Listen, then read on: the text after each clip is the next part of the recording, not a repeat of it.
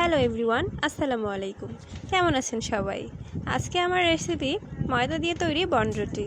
বাড়িতেই বানিয়ে নিন বেকারি স্টাইলে এত মজাদার সফট একটি বনরুটি। চলুন উপকরণে যাওয়া যাক। আমি এখানে 1 কাপের একটু কম পরিমাণে কুসুম গরম দুধ নিয়েছি। দিলাম হাফ চামচ ইস্ট, স্বাদমতো চিনি, স্বাদমতো লবণ এবং কুসুম ছাড়া ডিমের সাদা অংশ দিয়ে ভালোভাবে মিশিয়ে নিব। মিশিয়ে নেওয়া হয়ে গেলে 1 কাপ পরিমাণ ময়দা নিব। ময়দায় দিয়ে দিব আস্তে আস্তে। মিশ্রণটা দেওয়ার পর আস্তে আস্তে মিশিয়ে নিব একটি সফট ডো যতক্ষণ না হচ্ছে।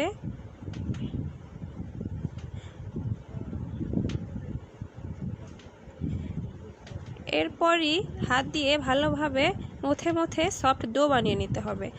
আমার 1 কাপ ময়দার জন্য হাফ কাপ পরিমাণ দুধ লেগেছে। এবার দিব রান্না সয়াবিন তেল, দিয়ে ভালোভাবে মথে নিব।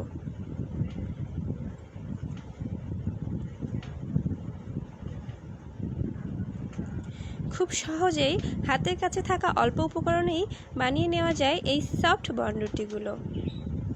চলুন, দিয়ে দিলাম হাফ চামচ ঘি। আবারও ভালোভাবে মথে নিব। এটি অনেক লম্বা সময় ধরে করতে হবে, তাহলে রুটিটি অনেক সফট হবে। এই তো প্রায় হয়ে এসেছে আমার ডোটি। দেখতেই পাচ্ছেন কতটা সফট হয়েছে। এবার এটিকে আমরা রেস্টে রেখে দিব প্রায় 1 ঘন্টা। উপরে একটু তেল ব্রাশ করে দিলাম, তাহলে ডোটি শক্ত হয়ে যাবে না, সফট থাকবে। ফিরে আসলাম 1 ঘন্টা পর। দেখতেই পাচ্ছেন ডোটি ফুলে ডাবল হয়ে গিয়েছে। এবার আমি এই দইয়ের ভিতরে জমাট বাঁধা বাতাসগুলো বের করে দিয়ে আবারও কিছু সময় ধরে মথে নিব।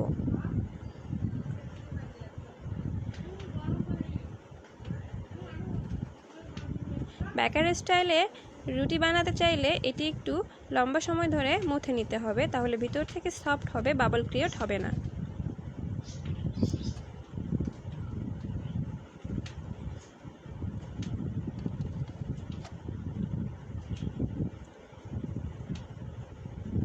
এই তো আমার মথে নেওয়া প্রায় শেষ। এবার আমি একটি মোল্ড নিয়ে নিব। আপনারা এগুলো বাড়ির যে কোনো স্টিলের জিনিসপত্রতে বানাতে পারবেন। আমি সেরকমই একটি বাটি নিয়ে নিয়েছি। অনেকেই মোল্ডেও বানায় ওভেনে, আমি এটি চুলাতেই কুক করব। আবারও রেস্টে রেখে দিলাম 20 মিনিট। দেখুন এটি আবারও ফুলে গিয়েছে। এবার এর উপরে একটি ডিমের কুসুম ফেটিয়ে দিয়ে দিব, তাহলে রুটির কালার পারফেক্টলি আসবে।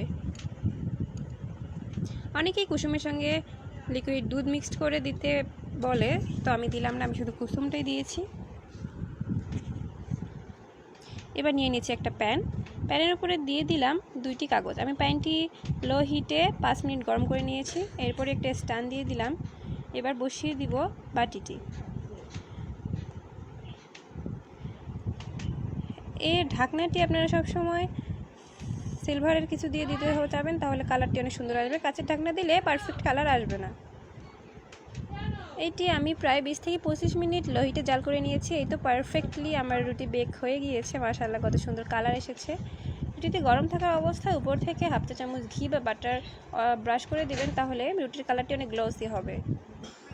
চাইলে আপনারা সাদা তিলও উপর দিয়ে দিতে পারেন।